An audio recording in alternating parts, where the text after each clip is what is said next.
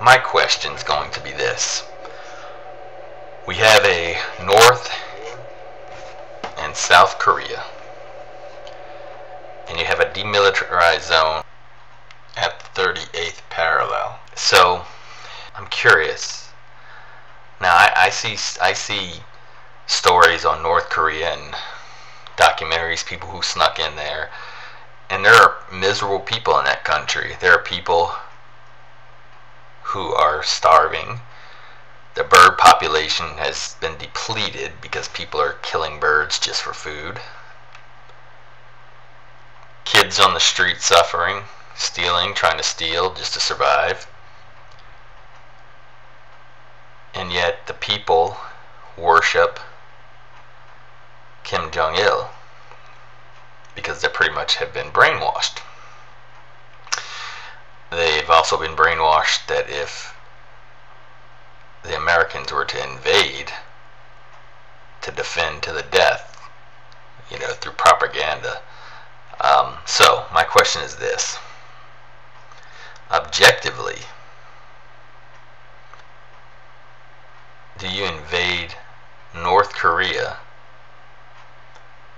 because those people are suffering, but knowing that the second you start the invasion, I'd say a minimum of 1 million people are going to die, since Seoul sits right there. Major city sits right there on the border.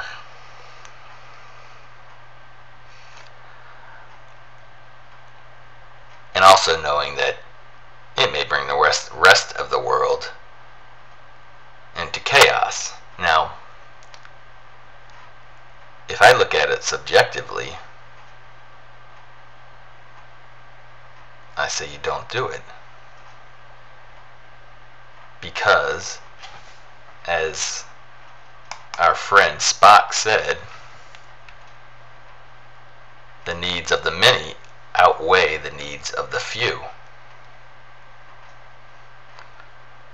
The needs of the many outweigh the needs of the few.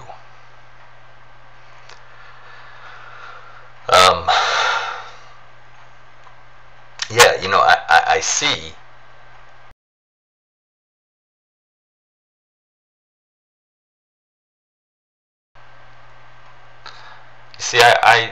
I look around the world and I see suffering.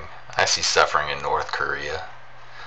There's suffering in Africa. I've been to other countries where the family's on the street begging for money with the little kids, the 2 little kids, and no place to stay.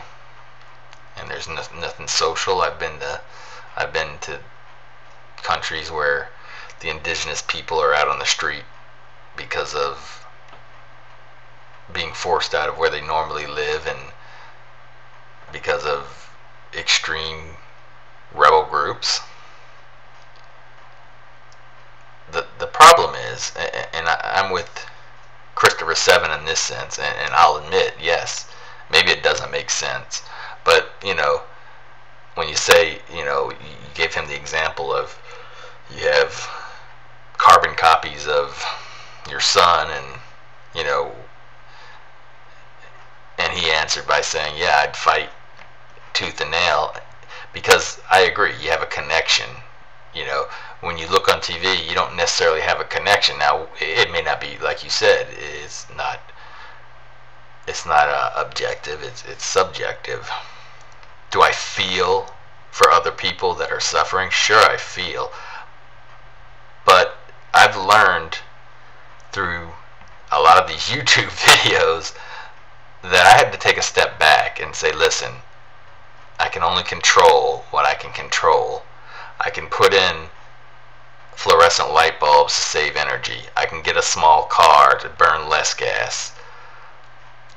I can turn the heat down so I don't, to burn less gas.